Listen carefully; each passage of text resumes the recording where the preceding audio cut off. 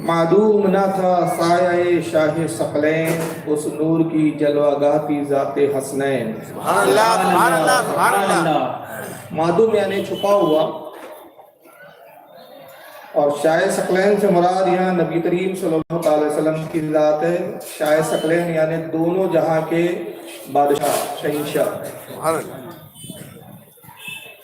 اعلیٰ حضرت فاضل بریلوی رضی اللہ تعالیٰ عنہ عرض کرتے ہیں کہ سرکار کا سایہ چھپا ہوا نہیں تھا۔ روایتوں میں ہے کہ رسول اللہ کا سایہ نہیں تھا۔ اس کو حضرت امام حاکم ترمذی رحمۃ اللہ تعالیٰ علیہ نے اپنی مشہور زمانہ حدیث کی کتاب نوادر الاصول میں حدیث بیان کی کہ اللہ کے نبی صلی اللہ علیہ وسلم کا سورج کی روشنی میں سایہ نہیں پڑا تھا۔ حضرت امام عبد الرحمن جوزی رحمۃ اللہ تعالیٰ علیہ الوفاء والوفا میں فرماتے ہیں کہ رسول اللہ کا سایہ نہیں تھا۔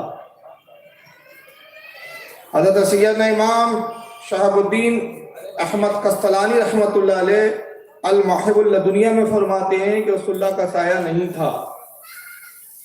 حضرت امام محمد ابن عبد الباقی زرقانی رحمۃ اللہ علیہ شرح موحد میں فرماتے ہیں کہ رسول اللہ کا سایہ نہیں تھا۔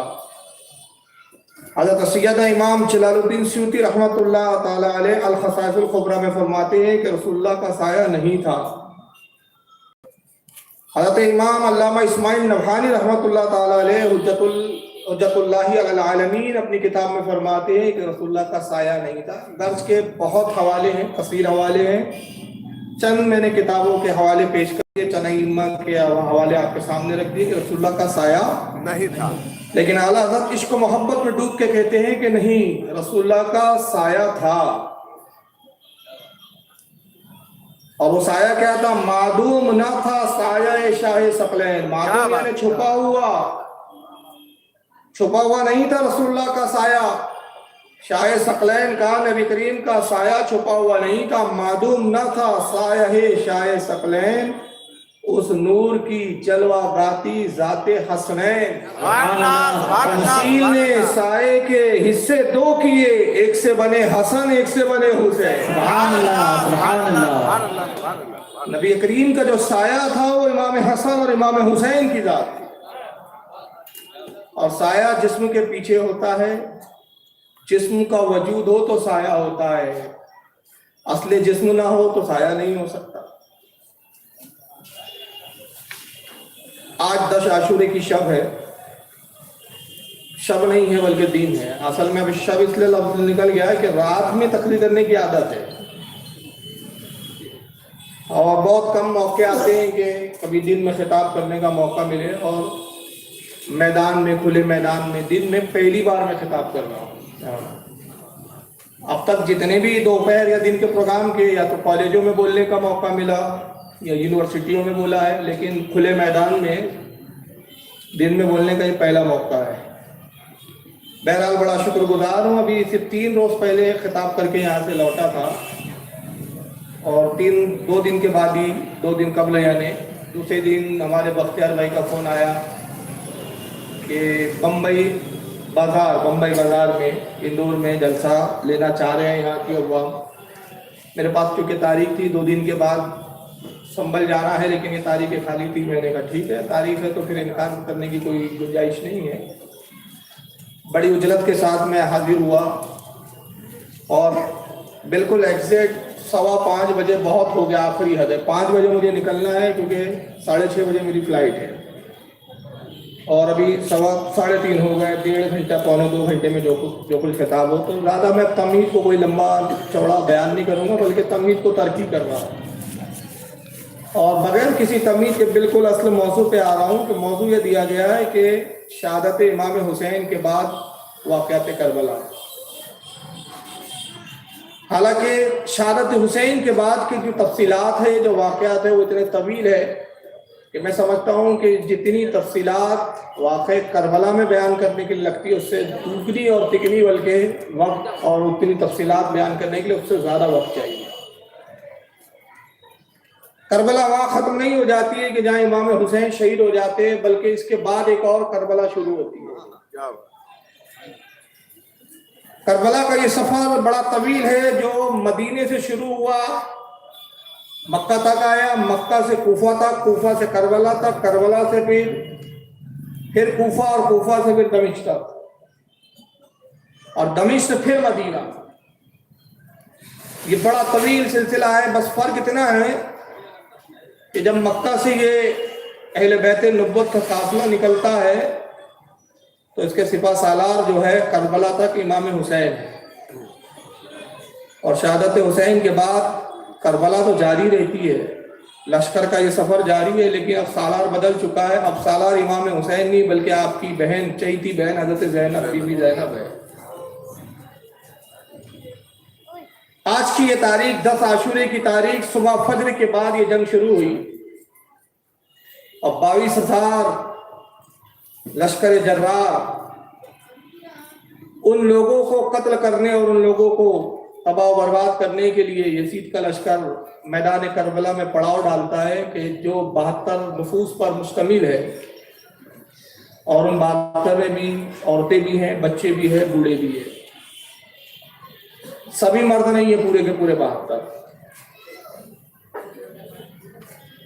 شہادت کا سلسلہ فجر کے بعد سے شروع ہوا، لیکن ان 72 نفوس نے کربلا میں وہ شجاعت کے جوہر دکھائے کہ یزیدیوں کو یہ ماننا پڑا کہ اگر ہم 22,000 سے کم تعداد میں ہوتے تو یقیناً ظاہری طور پر بھی یہی فاتح ہوتے، حقیقت میں اور باطنی طور پر تو فاتح امام حسین ہی ہے۔ اس لیے کسی نے بڑے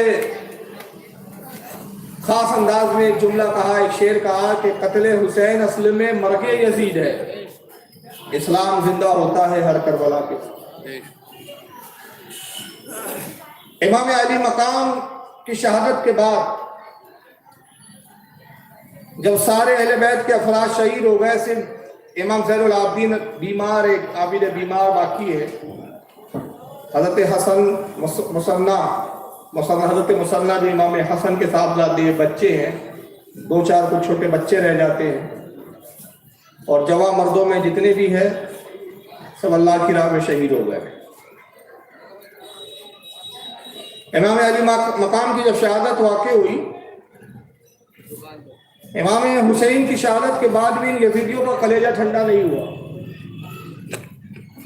بلکہ عمرو ابن سعد بربخت جو سالار لشکر یزید ہے، جلیل القدر صحابی کا بیٹا، حضرت سعد ابن ابی وقاص، وہ صحابی جن کے بارے میں رسول اللہ نے کہا تھا فدا کا ابی امی یا سعد، اے سعد میرے ماں باپ تجھ پر قربان، جو عشر مبشرہ میں ہے، ایسے جلیل القدر صحابی کا بیٹا اتنا ناخلف واقع ہوا کہ حکومت رے کی لالچ میں امام علی مقام سے لڑنے پر آمادہ ہوا، اور اس نے یزید کی لشکر کی سالاری کو قبول کیا۔ نہ اس کو رے ملا، نہ دنیا ملی، نہ آخرت ملی، دونوں طرف سے تباہ ہوا۔